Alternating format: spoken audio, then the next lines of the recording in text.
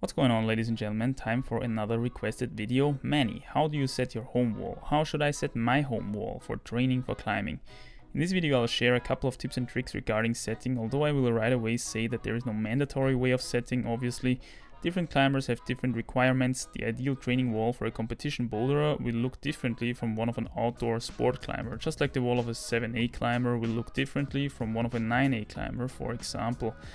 If you've been following the channel for a while, you know that outdoors is my thing. I like both sport and bouldering, although I think even if I was 100% an outdoor sport or bouldering animal, so to speak, my wall will look pretty much the same way as it does now.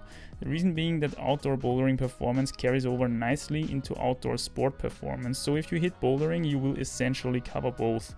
A question we should tackle first is, what is the purpose of a home training wall? Is it to have fun? Not necessarily. Is it to have good sessions, whatever that means? Not necessarily. Is it to get stronger? Now we're on the right track. Is it to get stronger and thus more performance in our preferred discipline despite not having as much access to the preferred discipline as we'd like to? Now we're probably spot on. So a good home training wall mimics the stimulus of the preferred discipline at home, allowing us to get better at it without having to spend time, money or other resources actually doing it, which would be the gold standard. Don't get me wrong, doing what you want to get better at is always a winning strategy, but as we know, that's not always possible. Having that said, we can conclude that one of the most important assets of your home training wall is that it must be hard for you, most often harder than you think, to achieve the desired training stimulus. The holds will have to be bad for you, and even worse if you have little space, since difficulty must be condensed into less moves and one good hold often takes away space for two bad holds. Holds for warming up can be spared if you have a pull-up bar and a decent hangboard around, which I assume you have if you're considering building or already have a home wall.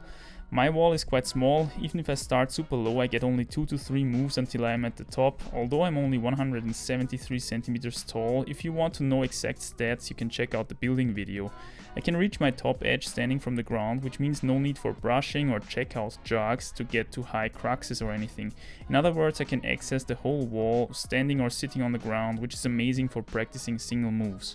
I don't do any intensive endurance work at the moment, which would maybe require a bit better holds, maybe a bit less overhang, although honestly, even if I wanted to do 20 move circles, it would probably be possible. Climbing up and down a few times would be very hard in the beginning, definitely, but I would get used to it, which is exactly how it should be. Leading to another frequently asked question: how overhanging should my wall be?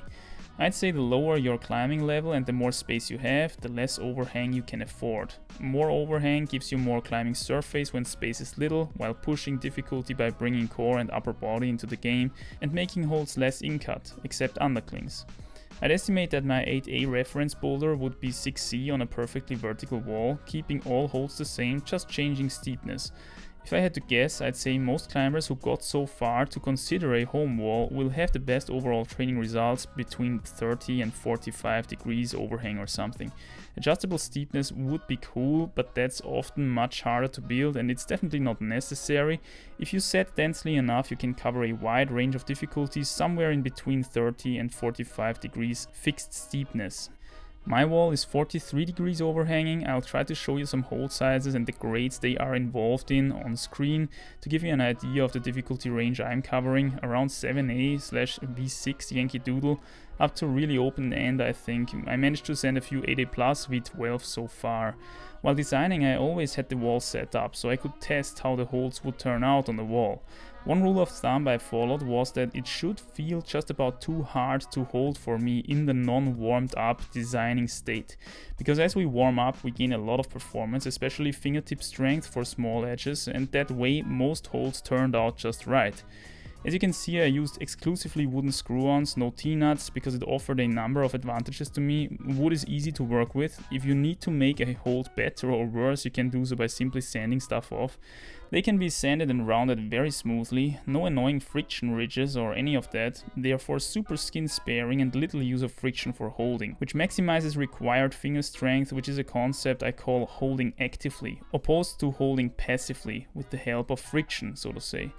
I also used a smooth board, which allows me to dig super deeply into everything without sanding finger and toenails off. Screw-ons can be set analogically with much higher density than a T-nut system, which really only shines with juggy high leverage holes actually, which most climbers considering a home wall will hardly need, I think. Wood is also very light, making your wall not super heavy, which can be beneficial construction wise.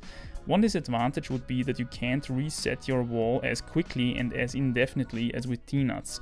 Especially with very dense sets, soon the wall will be perforated by screw holes. However, given the huge number of combinations I already have on my wall, I'm not sure whether there will ever be the need for a reset actually, we will see. A good training wall should stimulate all grip types needed in your preferred discipline. A modern competition boulderer will rather go with big signature slopers to compress or to jump to. He will also generally need a broader and higher wall for dynamic coordination problems. As an outdoor climber, I can be fine with a smaller wall and a good dose of everything, open, closed and pinchy grips. Here, hold diversity and diversity of directionality come into play. Nice would be equal proportions of edges, pinches, slopers and, often forgot, especially on woodies because they are hard to make, pockets. Everything spread relatively evenly across the wall. A good rule of thumb is, can you do a boulder only with pockets, for example? Can you do a boulder with only slopers or only underclings or with only gastons for that matter? If this fails for a hold type, you likely have either too few of those in general or a too large gap, and holes of that hold type should be added to fill it. So far, edges and pinches dominate my wall, mainly because they were easy to make with limited tools. I don't mind because the outdoor climbing I'm usually subjected to is full of edges and pinches, but would I live in the Frankenjura, my wall would feature definitely more pockets, or it should feature more pockets, that is. There's nothing wrong with specializing to your circumstances. In fact, one of the coolest things you can do with a home wall is to replicate outdoor cruxes, right? When it comes to diversity of directionality, I think every climber really needs everything, upper holes, side pulls and everything in between, and again often forgot for some reason underclings.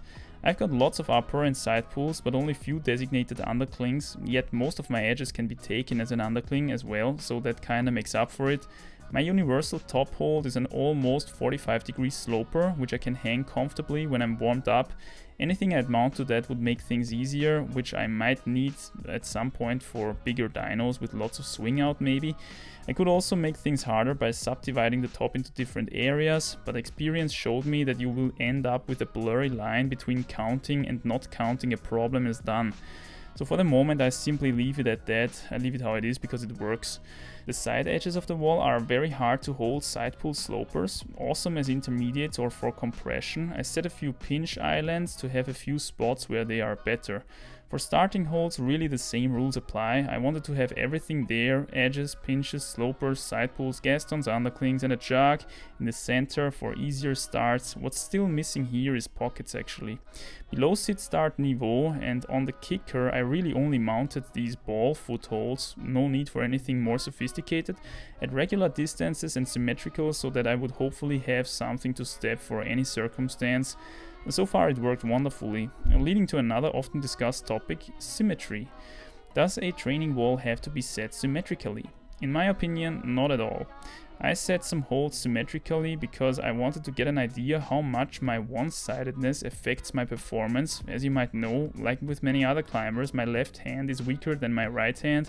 Consequently, one symmetry version always feels harder than the other, which is definitely interesting, but I don't have the feeling that setting symmetrically did get rid of my one-sidedness in any way, shape or form. At the same time, setting symmetrically can be tedious, measuring everything out, producing perfectly mirrored holes and stuff, so I'm not sure whether it pays off. I might update and talk about that in more detail in a separate video. And that's pretty much all I have to say about setting my home wall for training for climbing. It's an ongoing process, obviously. There is still some space left. Looking forward to filling it up. I hope you've got something from it. Let me know down below if you did and drop a like for the algorithms. Thanks, that's appreciated. Stay strong and I'll see you soon in the next one, guys. Bye.